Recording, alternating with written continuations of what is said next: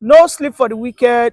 These are the statements of Simon Ekpa. What's your take? You know, it is no news anymore around the world. I don't mean only Nigeria here. Globally, people are beginning to embrace Biafra agitation and emancipation led by the campaign led by Simon Ekpa. We've seen recently how the congressmen in the faraway United States of America has made Biafra their own topic, the major theme in a a session, plenary session, Yeah, plenary session. That's yeah, the Senate, the administrative, yes, yeah. yes, lawmakers. They discuss Biafra issue for hours. I could not even hold it myself. I was the one that off my data myself. The black Americans, the white Americans, they made Biafra restoration a topic in the law house, in their law house. The congressmen, they are the lawmakers in America, just as we have the legislative, the senators in Nigeria. They made Biafra their issue and Nnamdi Kanu's incarceration. They were just pointing out their reasons why Nnamdi Kanu should not be in by now. That Nnamdi Kanu is just suffering for nothing. Yeah. You mean the Nigerian Senate also discussed about this? Yeah, they discussed about it and they fought over it. But the American senators who are congressmen discussed about it. It's not entered up to 2 weeks now. Some 7 days ago, they made it a topic. Now the Kanu's issue. I don't know what I understand. Yeah. They were discussing and talking. Even black Americans, whom I believe that must have traced their roots to Igbo land, they were agitating and telling, discussing it among themselves in the house that Nnamdi Kanu's detention, the guy is suffering in vain in the jail in Nigeria. That the courts had freed him. But what is the reason behind his still continuous incarceration in DSS facilities was made a theme, a subject matter in the House of Congress, United States of America. So this is bringing an awareness of, what Simon Ekpa is doing around the world to Nigerian government. If Nigerian government is not murdered sleep, why not call the young man for a truce settlement, around the table talk? Because that is where it is leading this time around. It's not all about ntibun zobunzo. No, kill me, I kill you, do me, I do. No, that time has gone. You can never fight Igbo man now. If you come with Nigerian soldiers to fight the Southeasterners, actually Nigerian soldiers, Igbos are there, Yoruba are there, Calabas are there, Urobo are there. So there's no how you can fight two civil war in a period of 50 years. A generation and some 20-something years. A generation is 30 years. A generation has passed 30 years. So you see new people, new set of people. There's no how the military, forces of Nigeria are not interwoven now. Yes, containing almost all the nationalities in Nigeria. They are there. And there's not a time they should start fighting themselves. Because if I know that if Igbo man is a soldier or a commander or colonel, you think he can lead a troop that can go overrun Biafra in Imo? It is not possible. I don't know what understand what I mean. Yes, you can't see your mother and shoot him.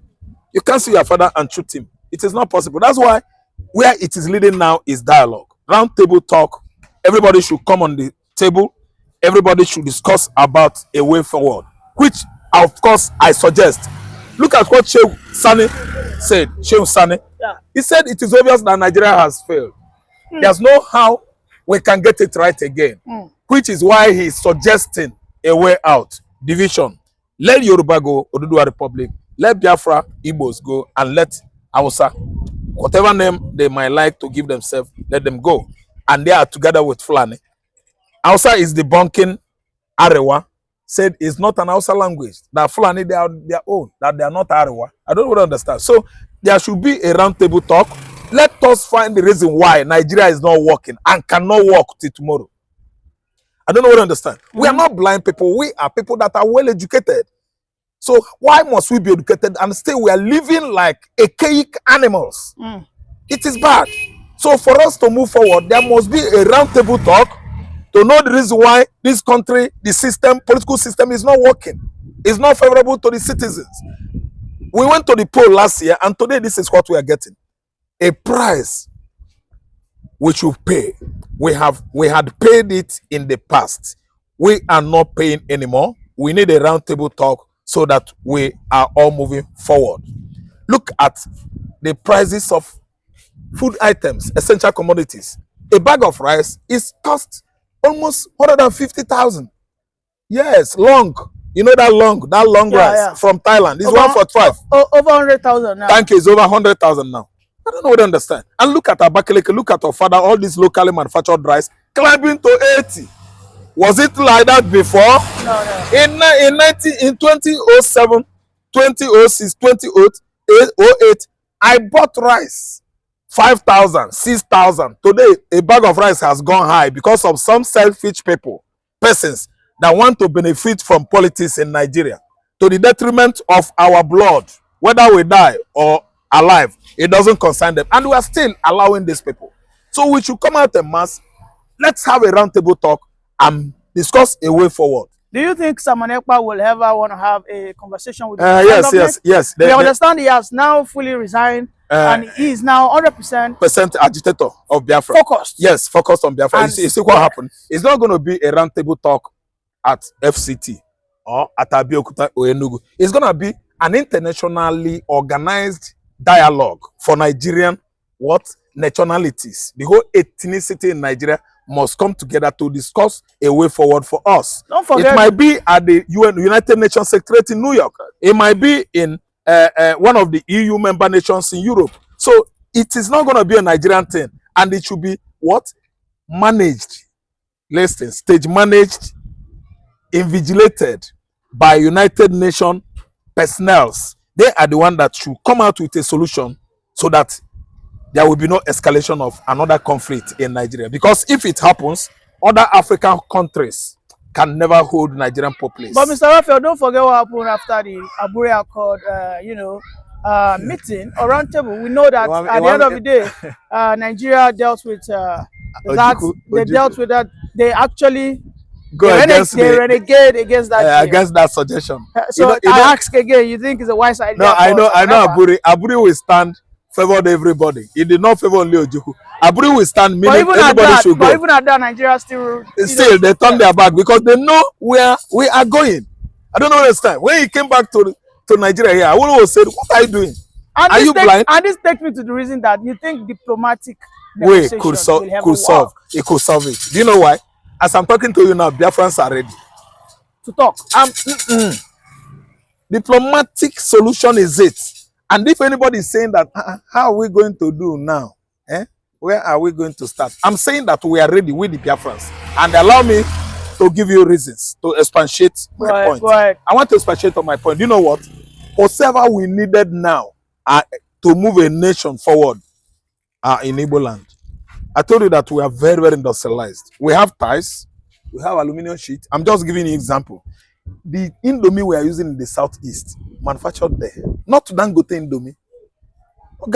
Well, I was told that Imo has the highest volume of gas in Africa. The highest volume of gas deposit is in Anambra, not Imo. Are we forgotten? Sure? Orient Oil. Deposited natural gas in Anambra State is highest. Go. Either Google it or call a well-knowledge Igbo man and ask him. Anambra, not Imo. See, let me tell you, we have everything. Let me tell you, we have everything we need to move Biafra forward. It is Nigeria, it is the Fulani hegemonies that are still dragging us forward. They don't want us to escape backward. This hellfire here. They don't want us to escape from the hell. They want us to be suffering in the hellfire, which is not possible. See, Samuel has resigned.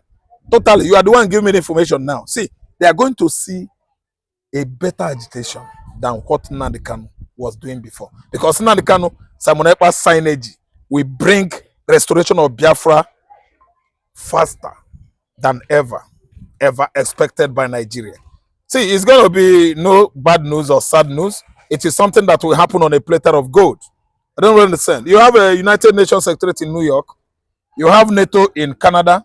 You have what do you call this? Okay, let me use these monetary bodies like IMF, World Bank. All of them, they are secretariat all over the world. But the only platform that is joining the whole countries of the world together is United Nations Organization. The headquarters is in New York. You can go there and iron out any issue. I don't understand. That might cause escalation of war among the member nations under United Nations. As I'm talking to you now, Nigeria joined United Nations, UNO. I don't know what I understand. Even 1945, Nigeria has joined. The war started in 1939, ended in 1945. United Nations was formed. And then we were under British colony. Our colonial master was here. I don't understand. So we become a member of United Nations how many years ago? And Biafra, as I'm talking to you now, under Mazin Nandekano and Ekpa, we are a full member of United Nations. Are you sure about yes, that? Yes. What are you saying? I'm just hearing this for the No. Why is it? Jesus Christ is the Lord.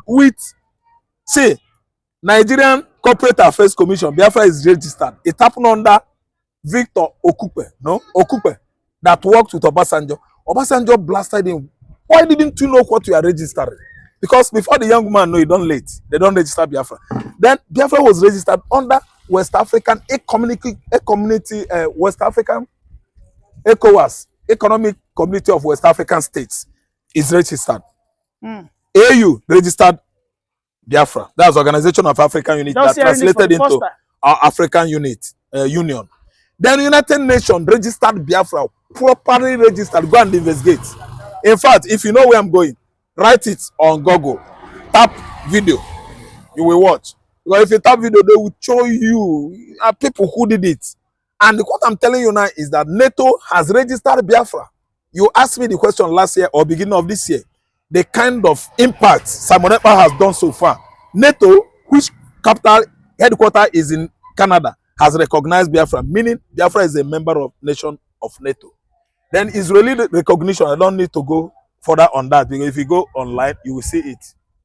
You know, they like to throw all this thing to, members of the public online for people to see that the effort Simon Ekpa has been making, joined together with Nnamdi Kanu, are not in vain.